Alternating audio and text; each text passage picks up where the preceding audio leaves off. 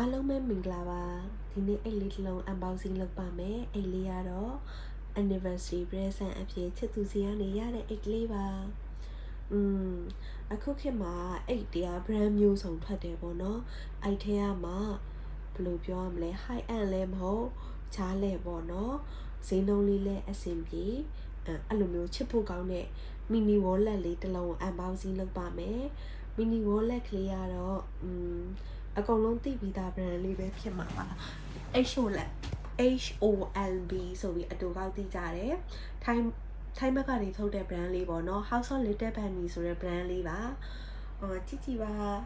အယောင်လေးအရန်ချစ်ဖို့ကောင်းတယ်ဟုတ်အရန်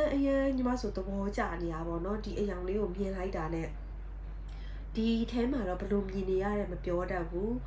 lighting အရာပေါ့နော်အပြင်မှာလုံးဝကွာ light blue color ကိုမှလေအရန်မိုက်တယ်ကွာအဲ့လိုမျိုး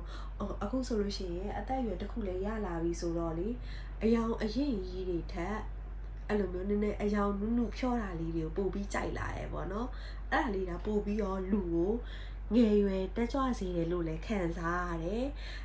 အားကြောင့်မလို့အရန်သဘောကျရယ်ပေါ့နော်ဒီကာလာလေးကိုလုံးဝချုပ်ရိုးချုပ်သားအစလုံးဝပြောစရာမလိုဘူးပေါ့နော်နာမည်ကြီး brand တွေကိုမိရလို့တောင်ပြောလို့ရရယ်ပေါ့နော်ဒါပေမဲ့ပစ္စည်းစိတ်ချရတဲ့ဆိုင်ကနေတော့ဝယ်စေခြင်းနဲ့အတူတွေလည်းအရန်ပေါ်တယ်ပေါ့နော်အဲ့တော့ပစ္စည်းစိတ်ချရတဲ့ဆိုင်ကနေပြီးတော့ဝယ်ပါကာလာလေးတွေမျိုးစုံရှိရယ်အဲ့ထဲကနေပြီးတော့ recommend ပေးဆိုလို့ရှိရင်တော့ဒီ light blue color လေးကို recommend ပေးခြင်းနဲ့တော်တော်လှရယ်ပေါ့နော်ဒါလုံးဝဘယ်လိုပြောရမလဲ review စစ်ပေါ့နော်တခါမှလည်းအဲ့လိုမျိုးတွေမရိုက်ဘူးပေါ့နော်လုံးဝပုံစံလေးကိုကြည့်လိုက်ချုပ်ထားတဲ့အချီကျိုးလေးတွေကအစာတက်ရက်တယ် light blue color ကိုမှ light blue အချီကျိုးပဲပြန်သုံးပေးထားတယ်ပြီးရင်စစ်ကိုကြည့်စစ်အရန်မိုက်တယ်ပေါ့နော်စစ်သွားတဲ့လမ်းကြောင်းလေးတွေကိုကြည့်ပါဘယ်လိုလဲစစ်သွားတဲ့လမ်းကြောင်းလို့ပြောမလားစစ်လည်းအရန်ကောင်းတယ်ပေါ့နော်